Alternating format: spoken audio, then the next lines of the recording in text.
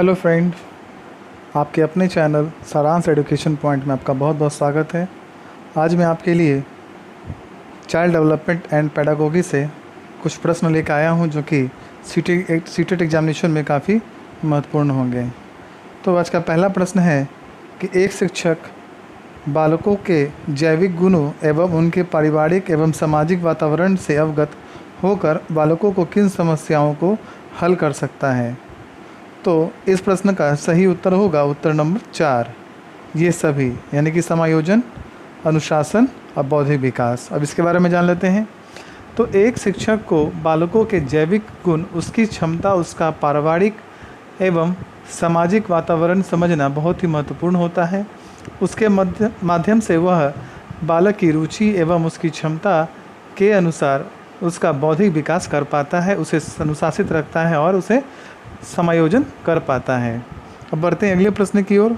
तो अगला प्रश्न है कि शिक्षण की आधुनिक संकल्पना के अनुसार एक अध्यापक को मुख्य भूमिका निभानी चाहिए। तो इस प्रश्न का सही उत्तर होगा उत्तर नंबर 4, अनुदेशक। अब इसके बारे में जानते हैं। यदि शिक्षक निर्देशित दोनों विधियों या प्रत्यक्ष अनुदेशन काम के लिए जाए तो शिक्षण प्रभावी हो जाता है। वर्तमान परिसंदर्भ में एक मनोवैज्ञानिक दृष्टिकोण से शिक्षक की भूमिका एक निरंकुश शासक की न होकर एक कार्य सहभागी साथी के रूप में है, जिससे कि शिक्षण एवं शिक्षा का वातावरण प्रजातांत्रिक रहे। अब बढ़ते हैं अगले प्रश्न की ओर। तो अगला प्रश्न है कि निम्न में से किसके अंतर्गत छात्रों की योग्यता, शैक्षिक प्रणाली तथा अन्य संबंधित सूचनाओं का क्रमबद्ध विवरण प्रस्तुत किया जाता है। तो इस प्रश्न का सही उत्तर होगा उत्तर नंबर 1, संचित अभिलेख। अब इसके बारे में जानते हैं। तो संचित अभिलेख का अर्थ छात्रों से संबंधित दस्तावेज को सुरक्षित रखना एवं आवश्यकता पड़ने पर उसे प्रस्तुत किया जाना। अब बढ़ते हैं हम अगले प्रश्न की ओर। तो अगला प्रश्न है कि जीन पियाजे के संज्ञानात्मक विकास सिद्धांत की किस अवस्था में बालक तर्क का अनुप्रयोग अधिक अमूर्त रूप से करने लगते हैं। तो इस प्रश्न का सही उत्तर होगा उत्तर नंबर 1, औपचारिक संक्रियात्मक अवस्था। अब इसके बारे में जान लेते हैं। तो संज्ञानात्मक विकास का सिद्धांत बच्चों के सीखने एवं सूचनाएं एकत्रित करने के तरीके से है। इसके अनुसार बच्चों में बुद्धि का विकास उनके जन्म के साथ जुड़ा हुआ है, जिसमें वह वस्तुओं को छूना, चूसना, वस्तुओं आदि को पकड़ने जैसी क्रिया करता है। अतः बौद्धिक संरचना रूपी क्रिया वह जन्म से करता है। अब बढ़ते हैं अगले प्रश्न की ओर। तो अगला प्रश्न है कि शारीरिक अस्वस्थता, काम प्रवृत्ति का प्रवाह तथा मंद गति के विकास बालापराध के किस कारण के अंतर्गत आते हैं।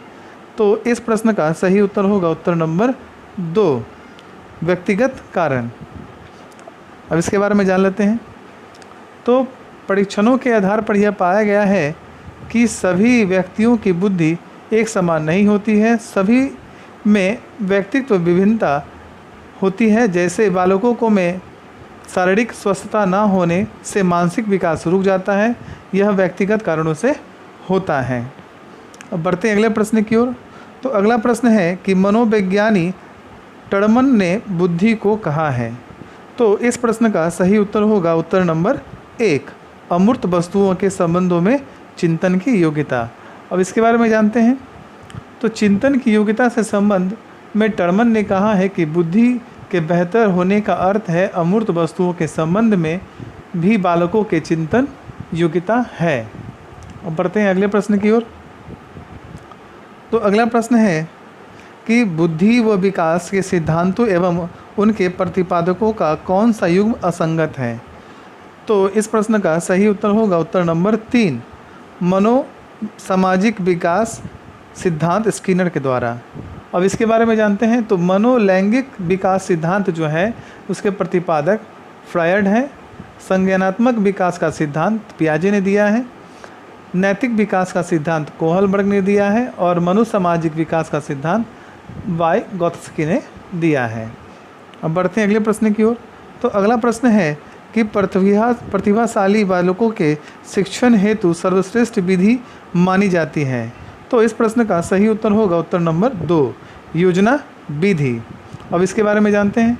तो बालकों को बेहतर शिक्षा प्रदान करने के लिए कई विधियों का प्रयोग किया जाता है। इसमें योजना विधि सबसे ज़्यादा महत्वपूर्ण है। इससे यह तय होता है कि कब और क्या पढ़ाना है, कैसे पढ़ाना है। अब आते हैं अगले प्रश्न पे। तो अगला प्रश्न है कि पुरुष स्त्रियों की अपेक्षा ज़्यादा बुद्धिमान होते, यह कथन। तो इस प्रश्न का सही उत्तर होगा उत्तर नंबर 3, लैंगिक पूर्वाग्रह को प्रदर्शित करता है। अब इसके बारे में जानते हैं। तो पूर्वाग्रह का अर्थ है कि जब किसी विषय पर आप पहले से धारणा बनाए हुए हैं, जैसे कि पुरुष स्त्री की अपेक्षा ज़्यादा बुद्धिमान है, यह कथन पूर्वाग्रह को प्रदर्शित करता है। बढ़ते हैं अगले प्रश्न की ओर। तो अगला प्रश्न है कि थर्स्टन द्वारा प्रतिपादित बुद्धि सिद्धांत है। तो इस प्रश्न का सही उत्तर होगा उत्तर नंबर 1, प्राथमिक योग्यताओं का सिद्धांत। अब इसके बारे में जान लेते हैं। तो अमेरिकी मनोवैज्ञानिक थर्स्टन के अनुसार व्यक्तिगत बुद्धि एवं ग्रुप की बुद्धि का विकास अलग अलग होता है। इसे प्राथमिक योग्यता का सिद्धांत कहते हैं। अब बढ़ते हैं अगले प्रश्न की ओर। तो अगला प्रश्न है कि सुधारात्मक शिक्षण किनके लिए उपयोगी है। तो इस प्रश्न का सही उत्तर होगा उत्तर नंबर 1, असामान्य बालकों के लिए। अब इसके बारे में जानते हैं। तो बालकों में बुद्धि तर्क का विकास अलग अलग होता है। सामान्य बालकों में बुद्धि एवं मानसिक विकास समय पर हो जाता है, जबकि असामान्य में सुधार हेतु प्रयास करना पड़ता है। उसे सुधारात्मक शिक्षण कहते हैं। अब बढ़ते हैं अगले प्रश्न की ओर। तो अगला प्रश्न है कि बालक के समाजीकरण का निर्धारण निम्नलिखित में से किस तकनीक द्वारा निर्धारित किया जाता है। तो इस प्रश्न का सही उत्तर होगा उत्तर नंबर 3, समाज नीति तकनीकी। अब इसके बारे में जानते हैं। तो समाजीकरण एक ऐसी प्रक्रिया है जिसमें बालक को सामाजिक प्राणी बनाया जाता है। इसका विकास बालक के जन्म के साथ शुरू होता है। समाज नीति तकनीकी में बालक का शिक्षण परिवार से ही शुरू होता है। यह बालक के समाजीकरण के स्तर का मापदंड है कि किस स्तर का बालक समाजीकरण हुआ है। अब बढ़ते अगले प्रश्न की ओर।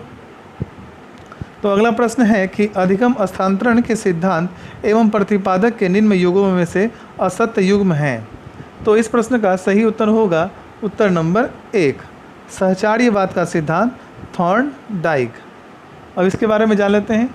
तो सहचार्यवाद का सिद्धांत जो है रॉबर्ट फ्रॉस्ट ने दिया है।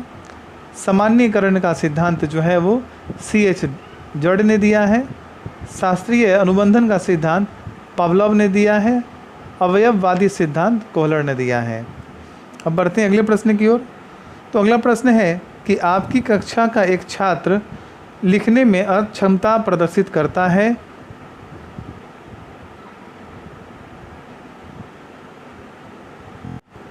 वह छात्र ग्रस्त है।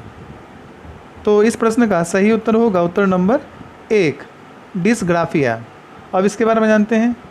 तो डिसकैलकुलिया एक ऐसी अधिगम अशक्तता है जिसमें बच्चों को गणित समझने में दिक्कत होती है और डिसग्राफिया में बालक लिखने में अक्षम होता है। अब अगला प्रश्न है कि किस बालक में पाए जाने वाले वे प्रेरक जो वातावरण के संपर्क में आने से उसमें विकसित होते हैं कहलाते हैं। तो इस प्रश्न का सही उत्तर होगा उत्तर नंबर 1, अर्जित प्रेरक। अब इसके बारे में जानते हैं। तो प्रेरणा रुचि उत्पन्न करने की कला है और जब बालक किसी वातावरण के संपर्क में आकर प्रेरणा पाता है तब उसे अर्जित प्रेरणा कहते हैं। अब बढ़ते हैं अगले प्रश्न की ओर। तो अगला प्रश्न है कि जीन पियाजे के नैतिक विकास के सिद्धांत के अनुसार 10 वर्ष से अधिक आयु के बच्चे किस प्रकार की नैतिकता प्रदर्शित करते हैं। तो इस प्रश्न का सही उत्तर होगा उत्तर नंबर 2, स्वायत्तता पर आधारित। अब इसके बारे में जानते हैं। तो जीन पियाजे के नैतिक विकास सिद्धांत के अनुसार 10 वर्ष से अधिक उम्र के बालक में अच्छी तरह से सोचने समझने की क्षमता, समस्या समाधान एवं नैतिकता का विकास हो जाता है और इस उम्र की नैतिकता स्वायत्त होती है। अब बढ़ते हैं अगले प्रश्न की ओर। तो अगला प्रश्न है कि सीखने की सूझ के सिद्धांत की नैतिक शैक्षिक उपयोगिता निम्न में से किसमें नहीं है? तो इस प्रश्न का सही उत्तर होगा उत्तर नंबर 2। यह सिद्धांत समय पर सीखने पर अधिक बल नहीं देता है। अब इसके बारे में जानते हैं। तो सीखने की सूझ के सिद्धांत गणित, भौतिक शास्त्र, अन्य विषय के लिए उपयोगिक हैं। इसमें बालक अगर संपूर्ण परिस्थिति को समझता तो अंतर्दृष्टि का उपयोग कर सकता है एवं यह विभिन्न विषयों को समग्र करने पर बल देता है, पर यह सिद्धांत समय पर सीखने पर बल नहीं देता है। अब बढ़ते हैं अगले प्रश्न की ओर। तो अगला प्रश्न है कि शारीरिक विकास की गति किस अवस्था में न्यूनतम हो जाती है? तो इस प्रश्न का आंसर होगा आंसर नंबर 4, बाल्य अवस्था। अब इसके बारे में जानते हैं। तो 6 से 12 वर्ष की अवस्था को बाल्य अवस्था कहा जाता है। इस अवस्था में बालक में चिंतन एवं तर्क शक्ति का विकास तीव्र गति से होता है, परंतु शारीरिक विकास मंद हो जाती है। अब बढ़ते हैं अगले प्रश्न की ओर। तो अगला प्रश्न है कि जब बच्चे दूसरों के व्यवहार का परीक्षण कर उसी व्यवहार का अनुकरण करते हैं तो वे उपयोग करते हैं। तो इस प्रश्न का सही उत्तर होगा उत्तर नंबर 3, चिंतन। अब इसके बारे में जानते हैं। तो चिंतन सोते समय भी क्रियाशील रहता है। चिंतन में कल्पना सूचना का उपयोग अच्छे ढंग से किया जाता है और बालक दूसरे के व्यवहार का चिंतन करता है और परीक्षण के बाद उस व्यवहार का अनुकरण भी करता है। अब आते हैं अगले प्रश्न की ओर। तो अगला प्रश्न है कि आप एक ऐसी कक्षा में पढ़ा रहे हैं जहां बालक बोलचाल में बहुत सी भाषाओं का प्रयोग करता है। निम्न में से कौन सी समस्या आपके कक्षा मिश्रण को प्रभावित कर सकती है? तो इस प्रश्न का सही उत्तर होगा उत्तर नंबर 4, उपरोक्त सभी की, यानी कि उच्चारण में व्यक्तीकरण की, शब्दों के लेन देन की, वाक्यों में कठिनाइयों की। अब इसके बारे में जान लेते हैं। तो जब कक्षा में बालक बोलचाल में बहुत सी भाषाओं का प्रयोग करते हैं तब भाषा में स्थायित्व की कमी होती है तथा समझने में परेशानी होती है। इससे बालकों के लेन देन की तथा वाक्यों में कठिनाइयाँ एवं समस्या होती है। अब बढ़ते हैं अगले प्रश्न की ओर। तो अगला प्रश्न है कि एक शिक्षक शिक्षार्थियों में सामाजिक एवं नैतिक मूल्यों का संप्रेषण कर सकता है। तो इस प्रश्न का सही उत्तर होगा उत्तर नंबर 3, छात्रों की पाठ्य सहगामी गतिविधियों में सक्रिय कार्य से। अब इसके बारे में जान लेते हैं। तो शिक्षा शास्त्र शिक्षक को यह बतलाता है कि कैसे पढ़ाया जाए। इसी क्रम में पाठ्यक्रम बनाने में विषय शिक्षक यह ध्यान रखता है कि शिक्षार्थी की एवं समाज की क्या आवश्यकता है। इसी माध्यम से शिक्षक शिक्षार्थियों में सामाजिक एवं नैतिक मूल्यों को संप्रेषित करता है। अब बढ़ते हैं अगले प्रश्न की ओर। तो अगला प्रश्न है कि किसी भी प्रकार के ज्ञान के प्रति हमारी अभिव्यक्ति कैसी होनी चाहिए? तो इस प्रश्न का सही उत्तर होगा उत्तर नंबर 1, अनुभाषित प्रमाण के आधार पर विज्ञान द्वारा प्रमाणित को स्वीकार करना। अब इसके बारे में जानते हैं। तो किसी भी ज्ञान के प्रति हमारा अभिवृत्ति वैज्ञानिक होनी चाहिए, अर्थात हमारी सोच वैज्ञानिक हो, रूढ़िवादी नहीं, और किसी भी चीज़ को तभी स्वीकार किया जाए जब उसे वैज्ञानिक स्तर मान्यता मिले। अब बढ़ते हैं अगले प्रश्न की ओर। तो अगला प्रश्न है कि विद्यालय में सांस्कृतिक कार्यक्रम आयोजित करने चाहिए क्योंकि? इस प्रश्न का सही उत्तर होगा उत्तर नंबर 3, इनसे छात्रों को सांस्कृतिक विकास होता है। अब इसके बारे में जानते हैं। तो बालकों का मानसिक विकास, सांस्कृतिक विकास कई गतिविधियों पर निर्भर करता है। अगर बालकों को सांस्कृतिक कार्यक्रम में शामिल किया जाए तब उसका सांस्कृतिक विकास संभव होता है। बढ़ते हैं अगले प्रश्न की ओर। तो अगला प्रश्न है कि प्रश्नोत्तर विधि में यह विचारणीय है कि, तो इस प्रश्न का सही उत्तर होगा उत्तर नंबर 3, छात्रों को प्रश्न के उत्तर स्वयं सोचकर देने को कहा जाए। तो अब इसके बारे में जानते हैं। तो छात्रों का मूल्यांकन करते हुए छात्रों के ज्ञान, सोच, छवि एवं भावनाओं को पता लगाने का सबसे उत्कृष्ट तरीका है। इसमें शिक्षक के लिए आवश्यक है कि प्रश्न का उत्तर लेते समय छात्र को उत्तर स्वयं सोचकर देने को कहें। इससे छात्र को सोचने समझने की क्षमता में वृद्धि होगी। अब बढ़ते हैं अगले प्रश्न की ओर। तो अगला प्रश्न है कि निम्नलिखित में से कौन सा रचनात्मक आकलन के लिए उचित नहीं है। तो इस प्रश्न का सही उत्तर होगा उत्तर नंबर 3, सत्र परीक्षा। अब इसके बारे में जान लेते हैं। तो रचनात्मक मूल्यांकन शिक्षा प्राप्ति के लक्ष्य, अभिप्राय अथवा परिणाम और इन्हें प्राप्त करने की कसौटियों को पूरा करने में सहयोग देता है। इसके लिए शिक्षक प्रश्नोत्तरी खेल का सहारा, मौखिक प्रश्न पूछना एवं दिन प्रतिदिन क्रियाकलाप करें। अब बढ़ते हैं अगले प्रश्न की ओर। तो अगला प्रश्न है कि असमानता के जैविक कारणों के अंतर्गत शामिल होते हैं।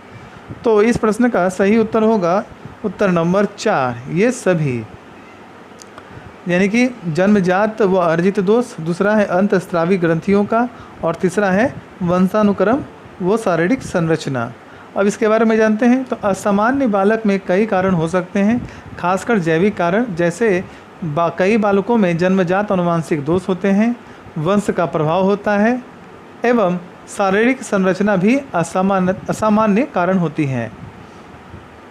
अब बढ़ते हैं अगले प्रश्न की ओर। तो अगला प्रश्न है कि बालक